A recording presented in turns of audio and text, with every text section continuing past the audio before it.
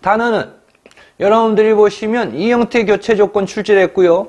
중세국어에서 현대국어와 가장 큰 차이점 몇 개를 들라 그러면 그 중에 당연히 하나가 이 형태입니다.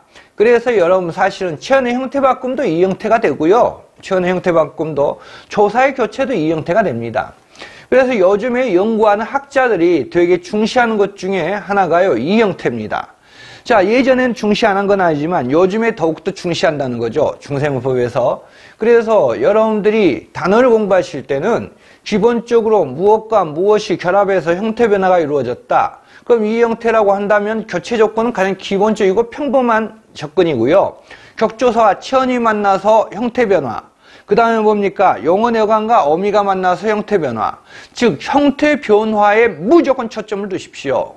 중세문법 단어, 즉 형태론의 가장 기본 전제가 되는 겁니다, 여러분.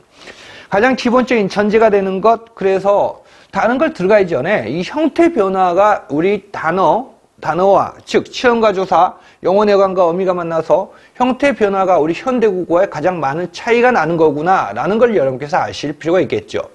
그래서 형태교체입니다, 사실.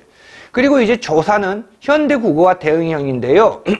격조사에서 여러분께서 아시다시피, 자, 주격조사, 그 다음에 부사격조사, 목적조사 등등등등 현대국어에는 어떻게 변화됐는가의 관점입니다. 다른 관점이 아니에요, 여러분. 이 주격조사가 현대에서 어떻게 변했는가.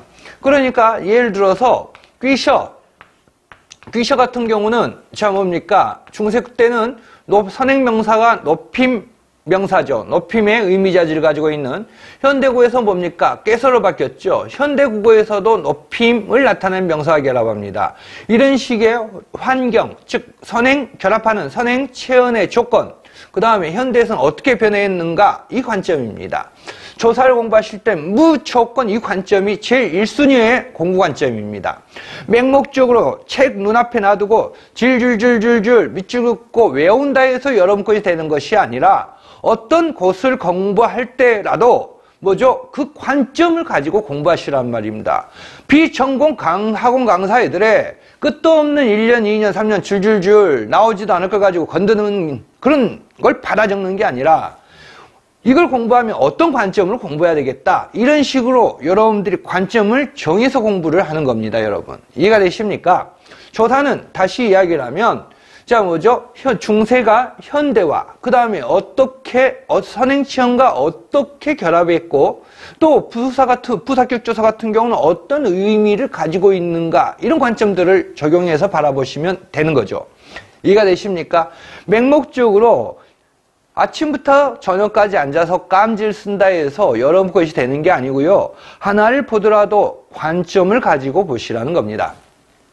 근대 국어의 형태 변화 참 독특한 게 2008년에요. 근대 국어가 출제됐어요.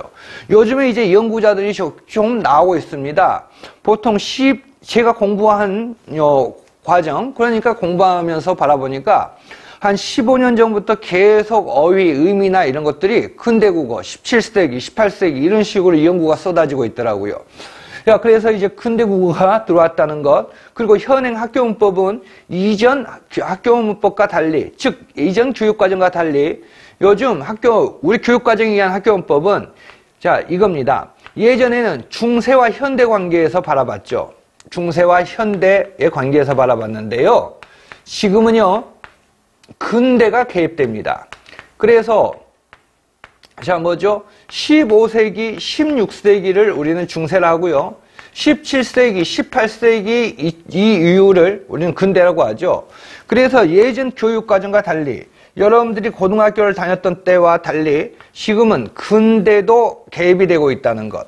그래서 자 중세, 근대, 현대의 어떤 변화를 이런 관점에서 바라보셔야 됩니다. 다시 한번 말씀드리면 예전에는 중세에서 현대 관점만 바라보셨는데 지금은 중세, 근대, 현대 이렇게 바라보셔야 되겠죠.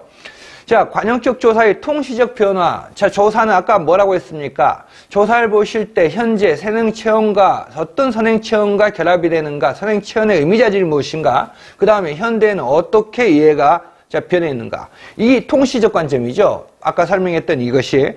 그래서 공부할 때는요, 그 파트마다 그 부분마다 접근에 들어가는 공부 방식이 달라지는 겁니다. 왜? 관점이 달라지기 때문이죠. 선어말 어미 오우, 자, 계속 출제된 내외에도, 자, 선어말 어미 오우 같은 경우는 여러분들이 보시면 알고 계시는 것처럼, 자, 예전에도 출제됐고 또 출제됐습니다. 현대 국어가 가장 많이 차이가 나는 부분이죠. 그래서, 자, 최근에도 출제가 됐고요. 최근 언제냐? 이게 밑으로 내려갔는데요. 이 2017년에도 출제가 이루어졌습니다.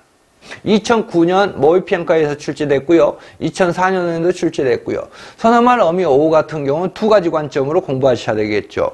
우리 학교문법은 인칭설이고요. 그 다음 뭐죠? 학술문법에서는 의도설도 바라봅니다. 그래서 인칭설과 의도설 바라보시는 거고요. 어간 교체 변화 양상. 자, 이것도 뭡니까? 형태 변화입니다. 아까 말씀드렸죠. 중세문법에서 가장 형태론을 들어갈 때 관심 가져주실 것은 형태 교체라고요. 형태 변화. 자, 형태 변화, 형태 변화, 형태 변화. 자, 형태 또는 변화의 조건. 얘도 형태 변화입니다. 즉, 현대국어 불규칙의 통시적 변화 과정과 중세국어 이해했는데요.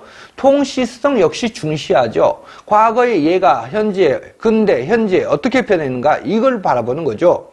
그 다음에 현대국어와의 비교, 중세국어와 현대국어 비교, 우리 출제 단골 아닙니까? 그러니까 단순하게 중세문법이 중세로만 출제되는 게 아니라 현대국어와의 관련성을 고려해서 출제된다는 거죠. 자, 이 부분 명확하게 머릿속에 넣어두셔야 되겠습니다. 기본적으로 중세와 현대를 이렇게 바라보는 건 기본 전제가 되겠고요. 그 다음에 이제 근대, 자, 근대와의 관계, 요즘에 이제 경향이 되겠죠.